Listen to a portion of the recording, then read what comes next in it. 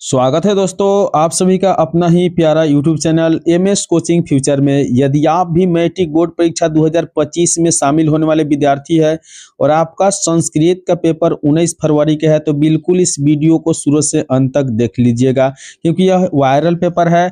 और आपको बता दें कि इसमें जो भी ऑब्जेक्टिव प्रश्न बताया जा रहा है, वो सारे प्रश्न जो है आपके बोर्ड एग्जाम में 19 फरवरी के पूछे जाएंगे। आपको बता दें कि यह वीडियो बनाने के लिए हम लोग मॉडल पेपर, गेस पेपर और बैक ईयर क्वेश्चन बैंक और पिछले 2-3 वर्षों से पूछा गया क्वेश्चन, सभी क्वेश्चनों को मिलाकर इस वीडियो को बनाए हैं।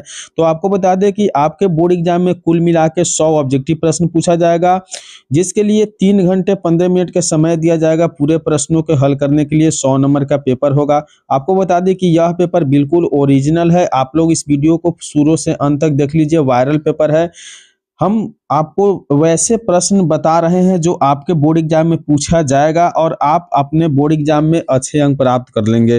तो आपको खंड अ से जो मिलेगा वस्तुनिष्ठ प्रश्न, इस वस्तुनिष्ठ प्रश्न में 100 प्रश्न दिए जाएंगे, जिनमें 50 प्रश्नों का सही सही उत्तर देना है। तो अगर आप इस वीडियो को अंत तक देखते हैं और इस यूट्यूब चैनल के द्वारा सुबह 6 बजे और शाम 6 बजे की वीडियो देखने के लिए मिलेगा, तो बिल्कुल हम आप भगवान से कामना करेंगे कि आप लोगों का मैट्रिक बोर्ड परीक्षा में अच्छे अंक प्राप्त हो और आप लोग फर्स्ट डिवीजन के साथ मैट्रिक उत्तीर्ण करें, यानी पास करें। तो चलिए हम देखते हैं आज के वीडियो का पहला प्रश्न है कि घर में लगी आग को देखकर कौन लोग पलायन हो गया था।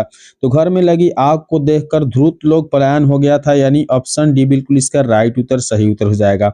अगली प्रश्न दिया हुआ है कि निरुक्त का क्या कार्य है। तो याद रखना है कि निरुक्त का जो कार्य है वह वेदार्थ बोध है, यानी ऑप्शन बी बिल्कुल इसका भी राइट उत्तर हो जाएगा।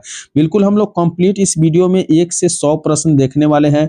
तो इस 100 प्रश्न को हम बिल्कुल आपको 15 मिनट में खत्म कर देंगे। और इस प्रश्न को अगर देख लेते हैं और सभी प्रश्नों को याद कर लेते हैं, तो निश्चित रूप से आपके मैट्रिक बोर्ड परीक्षा में संस्कृत के वस्तुनिष्ठ पेपर में आप 50 प्रश्न सही सही करके चले आइएगा। तो 3 नंबर प्रश्न है कि वैदिक साहित्य का अंतिम भाग है। याद रखना है कि उपनिषद वैदिक साहित्य का अंतिम भाग है, ऑप्शन ए बिल्कुल इसका राइट उत्तर हो जाएगा। अगली प्रश्न जो दिया हुआ है कि अणु से भी छोटा क्या होता है। तो याद रखना है कि अणु से भी छोटा आत्मा होता है, यानी ऑप्शन ए बिल्कुल इसका राइट उत्तर, सही उत्तर हो जाएगा। चलिए बढ़ते हैं अगली प्रश्न की ओर। काव्य मीमांसा नामक ग्रंथ किसने लिखा है। तो याद रखना है कि काव्य मीमांसा नामक ग्रंथ जो है यह आपको राजशेखर के द्वारा लिखा गया है, ऑप्शन सी बिल्कुल इसका राइट उत्तर है। 6 नंबर प्रश्न है कि पाटलिपुत्र किस नदी के किनारे अवस्थित है। याद रखना है कि पाटलिपुत्र जो है गंगा नदी के किनारे अवस्थित है, ऑप्शन बी बिल्कुल इसका राइट उत्तर, सही उत्तर हो जाएगा। तो बिल्कुल इस वीडियो को आप लोग लाइक कर दीजिए और इस YouTube चैनल को पहली बार देख रहे हैं तो बिल्कुल इस YouTube चैनल को सब्सक्राइब कर लीजिए, क्योंकि इस YouTube चैनल के द्वारा सभी सब्जेक्टों के वायरल पेपर आप लोग ये देखने के लिए मिलेगा, जिससे आपका तैयारी वस्तुनिष्ठ प्रश्न में और सब्जेक्टिव प्रश्न में कंप्लीट हो जाएगा, जिससे आप फर्स्ट डिवीजन से पास कर जाइएगा एग्जाम में। तो चलिए देखते हैं कि 7 नंबर प्रश्न है कि विद्यापति कौन थे। तो याद रखना है कि विद्यापति मैथिली कवि थे, ऑप्शन ए बिल्कुल इसका राइट उत्तर, सही उत्तर हो जाएगा।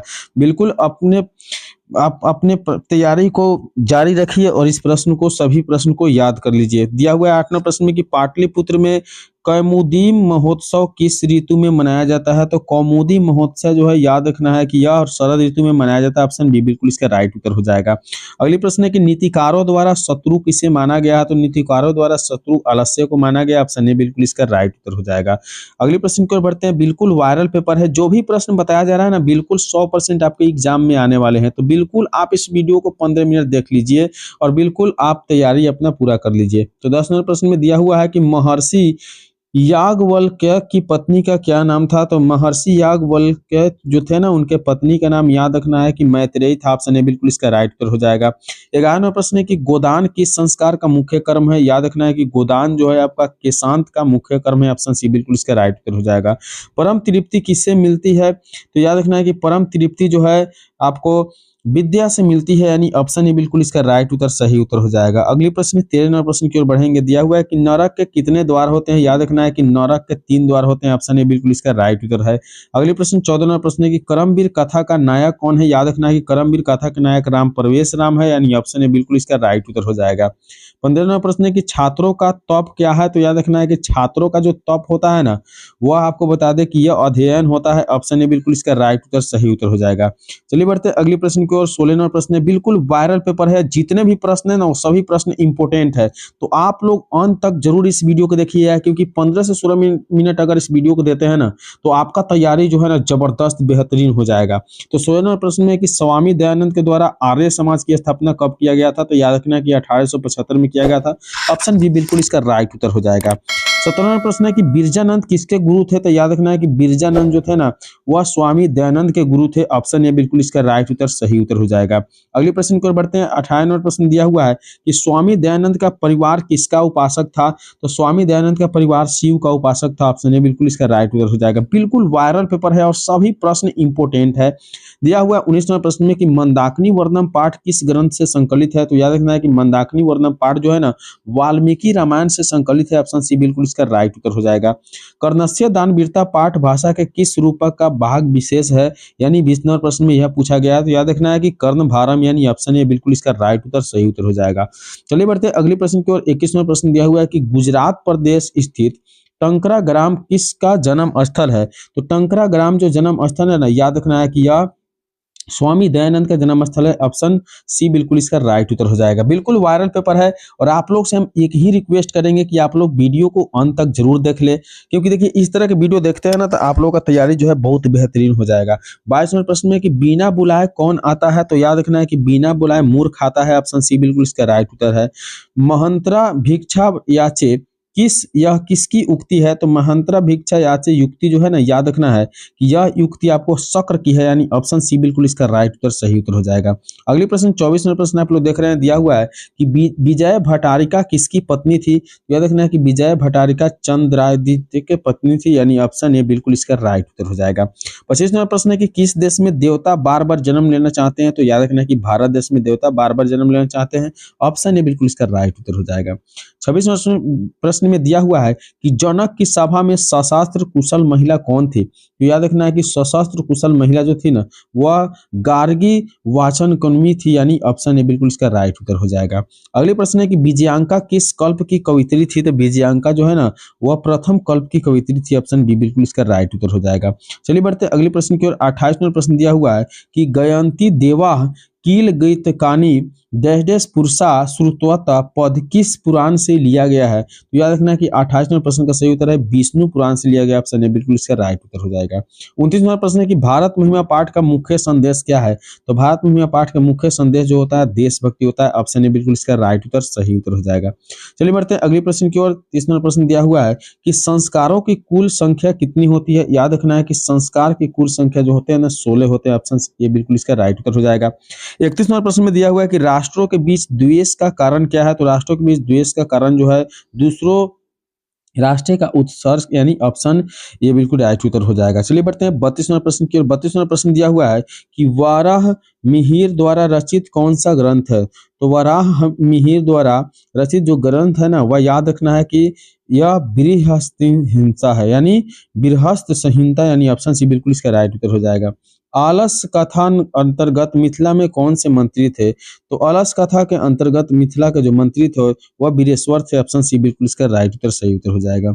अगले प्रश्न दिया हुआ है कि सरस्वती का कुलगिरी कौन सा महानगर था? तो सरस्वती का कुलगिरी जो थे ना, पाटलिपुत्र थे। ऑप्शन सी बिल्कुल इसका राइट उत्तर हो जाएगा। 35वां प्रश्न है कि स्वामी दयानंद ने किस नगर को आर्य समाज की स्थापना की? तो स्वामी दयानंद ने किस नगर में आर्य समाज की स्थापना की?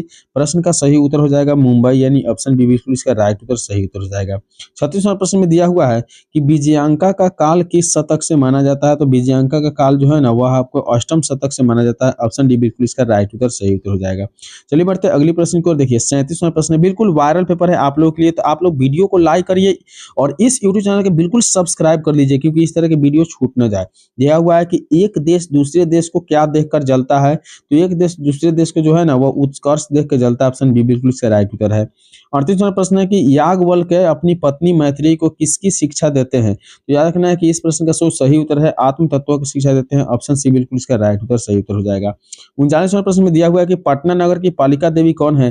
तो पटना नगर की पालिका देवी पटन देवी है। ऑप्शन सी बिल्कुल इसका राइट उत्तर हो जाएगा। 40वां नंबर प्रश्न है कि आलस कथा के रचयिता कौन है? तो याद रखना है कि आलस कथा के रचयिता जो है ना विद्यापति, ऑप्शन बी बिल्कुल इसका राइट उत्तर सही उत्तर हो जाएगा। 41वां प्रश्न में दिया हुआ है कि आलस कथा में आग लगाने पर भी कितने लोग नहीं भागे? तो याद रखना है कि 4 लोग नहीं भागे थे, ऑप्शन सी बिल्कुल इसका राइट उत्तर है। संसार में बच्चों का सच्चा रक्षक कौन है? तो संसार में बच्चों का सच्चा रक्षक माता होता है, ऑप्शन ए बिल्कुल इसका राइट उत्तर सही उत्तर हो जाएगा।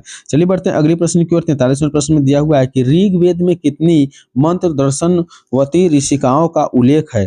तो 43वें प्रश्न का सही उत्तर हो जाएगा ऑप्शन बी अर्थात चतुर्वंशिता, यानी चतुर्विंशिता, जो ऑप्शन बी बिल्कुल राइट उत्तर हो जाएगा।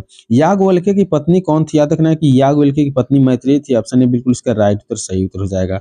45वें प्रश्न की ओर बढ़ते हैं, बिल्कुल वायरल पेपर है, आप लोग वीडियो को कंप्लीट देख लीजिए, यूट्यूब चैनल को सब्सक्राइब करिए। चलिए बढ़ते हैं अगले प्रश्न की ओर। महाभारत में किस लेखिका के उल्लेख मिलता है? तो महाभारत में जो है ना सुलभा का उल्लेख मिलता है, ऑप्शन सी बिल्कुल इसका राइट उत्तर हो जाएगा। वर्तमान काल की संस्कृति लेखिका कौन है? तो वर्तमान काल के संस्कृति लेखिका याद रखना है कि मिथिलेश कुमारी मिश्र, यानी ऑप्शन सी बिल्कुल इसका राइट उत्तर सही उत्तर हो जाएगा। अगले प्रश्न दिया हुआ है 47वें प्रश्न में कि भारत महिमा पाठ का द्वितीय श्लोक किस पुराण से संकलित है? तो 47वें प्रश्न का सही उत्तर हो जाएगा आपका भागवत पुराण से, यानी ऑप्शन बी बिल्कुल इसका राइट उत्तर है। जन्म पूर्व संस्कार कितने होते हैं? याद रखना है कि जन्म पूर्व संस्कार 13 होते हैं, यानी ऑप्शन डी बिल्कुल इसका राइट उत्तर सही उत्तर हो जाएगा। चलिए बढ़ते हैं अगले प्रश्न की ओर। 49वें प्रश्न में दिया हुआ है कि आलस कथा पाठ में अहो कथयम कोलाहल किसकी उक्ति है? तो यह प्रश्न का सही उत्तर हो जाएगा पहला आलसी का, यानी ऑप्शन ये बिल्कुल इसका राइट उत्तर हो जाएगा। 50वें प्रश्न की भारतीय संस्कृति की अद्वितीय विशेषता क्या है? तो याद रखना है कि भारतीय संस्कृति का अद्वितीय विशेषता जो है ना वह संस्कार होता है, ऑप्शन ए बिल्कुल इसका राइट उत्तर सही उत्तर हो जाएगा। चलिए बढ़ते हैं 51वें प्रश्न की ओर। बिल्कुल वायरल पेपर है, सभी प्रश्न को आप लोग याद कर लीजिएगा। स्वच्छंद का संधि विच्छेद क्या होगा? तो स्वच्छंद का संधि विच्छेद याद रखना है कि स्व जोड़ छंदा होगा, यानी ऑप्शन सी बिल्कुल इसका राइट उत्तर हो जाएगा। अगले प्रश्न है कि विद्या जोड़ एका की संधि से क्या बनेगा? तो याद रखना है कि विद्या जोड़ एका के संधि से विधायका बनेगा, ऑप्शन सी बिल्कुल इसका राइट उत्तर सही उत्तर हो जाएगा। चलिए बढ़ते हैं अगले प्रश्न की ओर। 53वें प्रश्न में दिया हुआ है कि अ जोड़ ओ के मेल से कौन सा वर्ण बनेगा? तो याद रखना है कि औ वर्ण बनेगा, ऑप्शन ए बिल्कुल राइट उत्तर हो जाएगा। अगले प्रश्न है कि ईता जोड़ ततः किस संधि का उदाहरण है? तो याद रखना है कि ईता जोड़ ततः जो है ना वो आपका विसर्ग संधि का उदाहरण है, ऑप्शन ए बिल्कुल इसका राइट उत्तर सही उत्तर हो जाएगा। मूर्ति पूजा का समास विग्रह क्या होगा? तो याद रखना है कि मूर्ति पूजा के समास विग्रह जो है ना वह मूर्तः पूजा, यानी ऑप्शन बी बिल्कुल इसका राइट उत्तर सही उत्तर हो जाएगा। चलिए बढ़ते अगले प्रश्न की ओर। 56वां प्रश्न दिया हुआ है कि संस्कृत शिक्षा का समस्त पद क्या होगा? तो याद रखना है कि संस्कृत शिक्षा का समस्त पद संस्कृत शिक्षा, यानी ऑप्शन ए बिल्कुल इसका राइट उत्तर हो जाएगा। अगले प्रश्न है कि गोल गृहम में कौन सा समास है? तो याद रखना है कि गोल गृहम में कर्मधारय समास है, ऑप्शन ए बिल्कुल इसका राइट उत्तर सही उत्तर हो जाएगा। चलिए बढ़ते हैं अगले प्रश्न को। 58वां प्रश्न दिया हुआ है कि द्विगु समास का उदाहरण कौन है? तो याद रखना है कि द्विगु समास का उदाहरण जो है ना पंचवटी है, ऑप्शन ए बिल्कुल इसका राइट उत्तर हो जाएगा। अगले प्रश्न है कि यत्सच निर्धारणम सूत्र का उदाहरण क्या है? तो यत्सच जो है ना निर्धारणम सूत्र का उदाहरण होता है वह है आपका ऑप्शन ए, यानी कविसु कवीना कालिदास श्रेष्ठ अस्ति, यानी ऑप्शन ए बिल्कुल इसका राइट उत्तर सही उत्तर हो जाएगा। चलिए बढ़ते हैं अगले प्रश्न को। 60वां प्रश्न दिया हुआ है कि ग्रामम उभयतः वृक्षा सन्ति वाक्य के ग्राम्य पद में द्वितीय विधायक का सूत्र कौन सा लगा हुआ है? तो याद रखना है कि यह सूत्र है उभयतः योग्य द्वितीय सूत्र, यानी ऑप्शन ए बिल्कुल इसका राइट उत्तर सही उत्तर हो जाएगा। चलिए बढ़ते अगले प्रश्न को। 61वां प्रश्न दिया हुआ है कि सह सजना प्रतीयते वाक्य में रिक्त स्थान में कौन सा पद प्रयुक्त होगा? तो 61वां प्रश्न का जो सही उत्तर हो जाएगा ऑप्शन बी अर्थात वस्त्रेन पद होगा, ऑप्शन बी बिल्कुल इसका राइट उत्तर सही उत्तर हो जाएगा। बिल्कुल यह इंपॉर्टेंट वीडियो है और जो भी प्रश्न बताया जा रहा है इंपॉर्टेंट है। तो देखिए 62वें प्रश्न में कि नमः के अर्थ में कौन सी विभक्ति का प्रयुक्त होती है? तो नमः के अर्थ में जो है ना चतुर्थी विभक्ति लगा हुआ है, ऑप्शन ए बिल्कुल इसका राइट उत्तर हो जाएगा। अगले प्रश्न है कि किस शब्द में आ उपसर्ग लगा हुआ है? तो याद रखना है कि आ उपसर्ग वाला आकार शब्द है, ऑप्शन ए बिल्कुल इसका राइट उत्तर हो जाएगा। अगले प्रश्न है 64वां प्रश्न की दुरात्मा शब्द में कौन सा उपसर्ग है? तो याद रखना है कि दुरात्मा शब्द में जो है ना वह दूरा उपसर्ग है, यानी ऑप्शन बी बिल्कुल इसका राइट उत्तर सही उत्तर हो जाएगा। चलिए बढ़ते अगले प्रश्न की ओर। दिया हुआ है 65वां प्रश्न की आस्था धातु के लट लकार के प्रथम पुरुष एकवचन का रूप कौन सा होगा? तो 65वां प्रश्न का सही उत्तर हो जाएगा तिष्ठति, यानी ऑप्शन बी बिल्कुल इसका राइट उत्तर हो जाएगा। 66वां प्रश्न है कि पाश्यामी किस लकार का रूप होता है? तो याद रखना है कि पाश्यामी जो है ना एक प्रकार के लिट लकार का रूप होता है, ऑप्शन सी बिल्कुल इसका राइट उत्तर है। अगले प्रश्न है कि जही किस धातु का रूप होता है? तो याद रखना है कि जही जो है ना एक प्रकार से हना धातु का रूप होता है, यानी ऑप्शन सी बिल्कुल इसका राइट उत्तर हो जाएगा, सही उत्तर हो जाएगा। बिल्कुल आप लोग व्याकरण के सभी प्रश्न देखिएगा क्योंकि व्याकरण जो होता है ना थोड़ा सा कठिन कठिन होते हैं। अगला प्रश्न दिया हुआ है कि मातरम में कौन सा विभक्ति है, तो याद रखना है कि मातरम में जो विभक्ति होता है ना वह द्वितीय विभक्ति होती है। ऑप्शन सी बिल्कुल इसका राइट उत्तर हो जाएगा। अगली प्रश्न है कि नदीसु किस शब्द का रूप होता है, तो याद रखना है कि नदीसु जो है नदी शब्द का रूप होता है। ऑप्शन ए बिल्कुल इसका राइट उत्तर हो जाएगा। अगली प्रश्न 57वां प्रश्न है कि साधु शब्द के सप्तमी एक वचन का रूप कौन सा है, तो साधु शब्द का सप्तमी रूप जो होता है ना साधव होता है। यानी ऑप्शन बी बिल्कुल इसका राइट उत्तर है, सही उत्तर है। चलिए हम लोग 70 प्रश्न कंप्लीट कर लिए हैं, आगे बढ़ते हैं। बिल्कुल आप लोग वीडियो को लाइक करिए, यूट्यूब चैनल को सब्सक्राइब जरूर कर लीजिएगा, दोस्तों के साथ शेयर भी करिएगा। इतिहारी में कौन सा समास लगा हुआ है, तो याद रखना है कि इतिहारी में आपका अव्ययी भाव समास है। ऑप्शन बी बिल्कुल इसका राइट उत्तर हो जाएगा। अगले प्रश्न है कि बिना पानी में समास के नाम लिखे, तो बिना पानी में जो समास है ना वह बहुव्रीहि समास है। ऑप्शन ए बिल्कुल इसका राइट उत्तर, सही उत्तर हो जाएगा। आगे बढ़ते हैं, अगले प्रश्न की ओर दिया हुआ है कि देह रक्षा में कौन सा समास है, तो याद रखना है कि देह रक्षा में जो समास है ना तत्पुरुष समास है। ऑप्शन बी बिल्कुल इसका राइट उत्तर हो जाएगा। 74वां प्रश्न है कि किस शब्द में वी विसर्ग है, तो याद रखना है कि किस शब्द में पूछा गया है, तो यह जो है बिहारा शब्द में वी विसर्ग है। यानी ऑप्शन बी सी बिल्कुल उसका राइट उत्तर, सही उत्तर हो जाएगा। 75वां प्रश्न दिया हुआ है कि रामा च सीता च का समस्त पद क्या होगा, तो रामा च सीता का समस्त पद होगा रामा सीते। यानी ऑप्शन सी बिल्कुल इसका राइट उत्तर हो जाएगा। 76वां प्रश्न है कि रामेन सह सीता अपि वन गतवती में कौन सा सूत्र है, तो रमेन सह सीता अपि वन गतवती में जो सूत्र लगा है ना, याद रखना है कि वह सूत्र है सहार्थ तृतीया। यानी ऑप्शन ए बिल्कुल इसका राइट उत्तर हो जाएगा, सहार्थ तृतीया। चलिए बढ़ते हैं 77वां प्रश्न की ओर। दिया हुआ है कि भारतः प्रकृत्या एवं सुंदरम में कौन सा सूत्र लगा हुआ है, तो 77वां प्रश्न का सही उत्तर ऑप्शन बी अर्थात प्रकृत्याधिभ उपसंख्यानम। यानी ऑप्शन बी बिल्कुल इसका राइट उत्तर हो जाएगा। अगले प्रश्न है 78वां प्रश्न में कि जटाभि सह तापस जयते में कौन से सूत्र है, तो 78वां प्रश्न का सही उत्तर हो जाएगा ऑप्शन सी अर्थात इत्यम भूत लक्षणे। यानी ऑप्शन सी बिल्कुल इसका राइट उत्तर है, इत्यम भूत लक्षणे। चलिए बढ़ते हैं अगले प्रश्न की ओर। 79वां प्रश्न दिया हुआ है कि उद्गम में कौन सा उपसर्ग है, तो याद रखना है कि उद्गम में उता उपसर्ग है। ऑप्शन ए बिल्कुल इसका राइट उत्तर हो जाएगा। अगले प्रश्न है 80वां प्रश्न की अनुभव में कौन सा उपसर्ग है, तो याद रखना है कि अनुभव में जो उपसर्ग है ना वह आपका हो जाएगा अनु। ऑप्शन सी बिल्कुल इसका राइट उत्तर है। याद रखना है कि उपसर्ग जो है पहले लगता है, प्रत्यय बाद में लगता है। चलिए बढ़ते हैं अगले प्रश्न की ओर। दिया हुआ है कि दूर उपसर्ग से बना शब्द क्या होगा, तो दूर उपसर्ग से बना शब्द दुह स्वपन होगा। यानी ऑप्शन ए बिल्कुल इसका राइट उत्तर हो जाएगा। अगले प्रश्न है 82वां प्रश्न की अस्था जोड़ कत्वा से कौन सा शब्द बनेगा, तो अस्था जोड़ कत्वा से जो है ना स्थित्वा शब्द बनेगा। ऑप्शन बी बिल्कुल इसका राइट उत्तर, सही उत्तर हो जाएगा।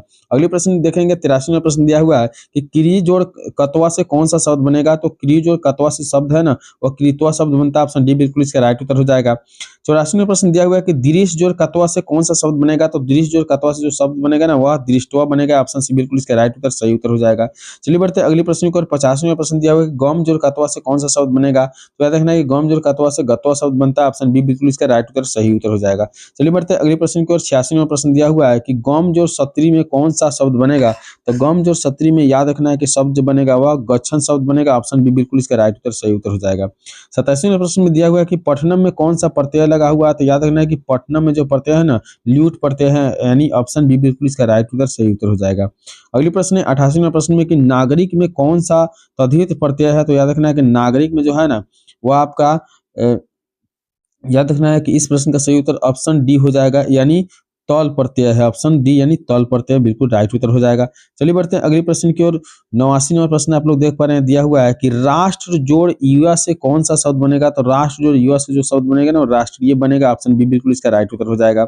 अगले प्रश्न 90वां प्रश्न है कि मूसक जो टाप में कौन सा शब्द बनेगा, तो याद रखना है कि मूसक जो टाप से जो शब्द बनेगा ना वह मूसिका बनेगा। ऑप्शन सी बिल्कुल इसका राइट उत्तर, सही उत्तर हो जाएगा। चलिए बढ़ते हैं 91वां प्रश्न की ओर। बिल्कुल हम लोग इस वीडियो को कंप्लीट करने वाले हैं, तो अंत तक इस वीडियो को जरूर देखिएगा। दिया हुआ है कि श्रीमती में कौन सा स्त्री प्रत्यय है, तो याद रखना है कि श्रीमती में इंगीप स्त्री प्रत्यय है। ऑप्शन ए बिल्कुल इसका राइट उत्तर हो जाएगा। अगले प्रश्न है कि इंद्राणी में कौन सी स्त्री प्रत्यय है, तो इंद्राणी में याद रखना है कि इंगीप स्त्री प्रत्यय है। ऑप्शन बी बिल्कुल इसका राइट उत्तर, सही उत्तर हो जाएगा। 93वें प्रश्न में दिया हुआ है कि लौभ धातु के लट लकार का प्रथम पुरुष एक वचन का रूप कौन सा है, तो 93वें प्रश्न का सही उत्तर हो जाएगा लभते। यानी ऑप्शन बी बिल्कुल इसका राइट उत्तर, सही उत्तर हो जाएगा। चलिए बढ़ते हैं अगले प्रश्न की ओर। 94वां प्रश्न दिया हुआ है कि भुवः प्रभवः सूत्र का उदाहरण है, तो भुवः प्रभवः सूत्र का जो उदाहरण है ना वह है हिमालयत गंगा प्रवहती। यानी ऑप्शन ए बिल्कुल इसका राइट उत्तर हो जाएगा। 95वें प्रश्न में है कि युष्माकम का मूल्य शब्द क्या होगा, तो याद रखना है कि युष्माकम का मूल्य शब्द जो है ना वह इदम है। ऑप्शन सी बिल्कुल इसका राइट उत्तर, सही उत्तर हो जाएगा। 96वें प्रश्न में दिया हुआ है कि भानु जोड़ उदय के संधि से कौन सा शब्द बनेगा, तो याद रखना है कि भानुदय बनेगा। ऑप्शन ए बिल्कुल इसका राइट उत्तर हो जाएगा।